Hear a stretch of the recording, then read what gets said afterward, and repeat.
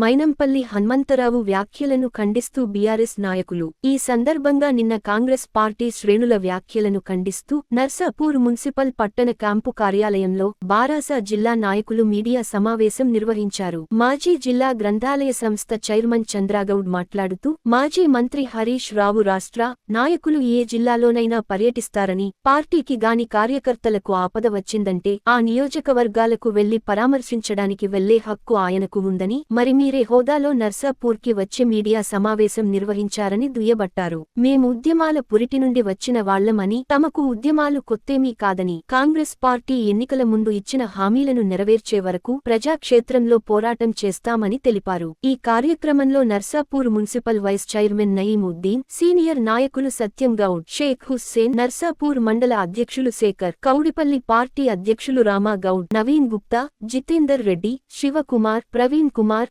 జగపతి, జీవన్ రెడ్డి, బిక్కు Naik, Srinivas Reddy, Manohar Reddy, Sudhakar Reddy, సద్దు, Salim, John, హైమద్ మోహిన్, నియోజకవర్గ స్థాయి ప్రజాప్రతినిధులు హాజరు కావడం జరిగింది.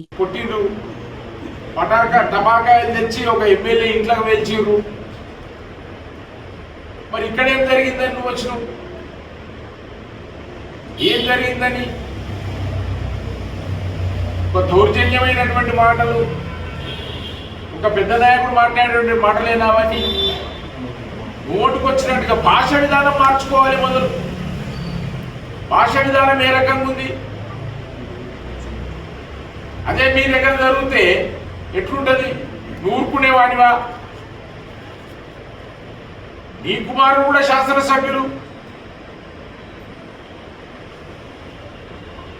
నువ్వు మొత్తం చరిత్రను తెలుసుకోకుండా, అక్కడ జరిగిన ఇష్యూ తెలుసుకోకుండా ఇష్టం వచ్చినట్టుగా మాట్లాడిపోవడం జరిగింది. ఒక మహిళా శాసనసభ్యురాలపై ఇంటిపై దాడి జరిగి ఇంట్లున్న కార్యకర్తలను కొట్టి దౌర్జన్యంగా, అకారణంగా, అన్యాయంగా చేసిన వ్యక్తులకు అది చిన్న విషయం అంటే మరి ఇక సామాన్యులకు న్యాయం ఏం చేస్తారు మీరు? ఈరోజు ప్రభుత్వంలో ఉండి అక్కడ ఉన్నటువంటి హెడ్ కానిస్టేబుల్ కొట్టి సెల్ ఫోన్ గుంజుకున్నారు. ఆ వీడియోలో కనబడతా ఉంది, సీసీ కెమెరాలో కనబడతా ఉంది. వారిపైన కూడా యాక్షన్ లేదు. అంటే యావత్ తెలంగాణ రాష్ట్రానికి సంబంధించినటువంటి మహిళలు కించపరిచినట్టు అదేం భాష విధానం? మీరు మాట్లాడిన మాట తీరేముంది? మదన్ రెడ్డి గారిని బొందబెట్టిందని చెప్పడం జరిగింది. మదన్ రెడ్డి గారిని బొందబెట్టలే. మదన్ రెడ్డి గారికి 3 సార్లు కేసీఆర్ గారు టికెట్ ఇచ్చాడు. స్వయాన నిలబడి ఉండి అన్ని రకాలుగా 2 సార్లు కూడా వారిని ఎమ్మెల్యే చేయడం జరిగింది.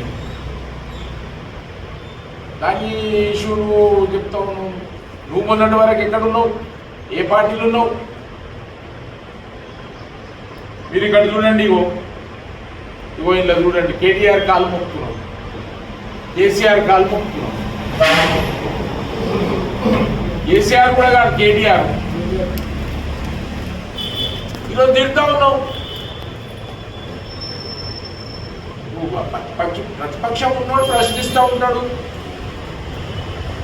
ప్రతిపక్షం ఉన్నవాడు ప్రశ్నిస్తూ ఉంటాడు. దాన్ని మీరంతా సీనియర్ తీసుకోవాల్సిన గాంధీ విషయం తీసుకొచ్చారు. అరకపూడి గాంధీ గారి విషయం తీసుకొచ్చారు. మరి ఆ గాంధీ గారికి కాండ వేసింది ఎవరు? ఏ సన్యాసి వేసిండు? పార్టీలకు ఆహ్వానించినటువంటి దుర్మార్గుడు ఎవరు? మళ్ళా మాకు సంబంధం లేదా అని ఒక మంత్రి చెప్తాడు. శ్రీధర్ బాబు ఏమంటున్నాడు?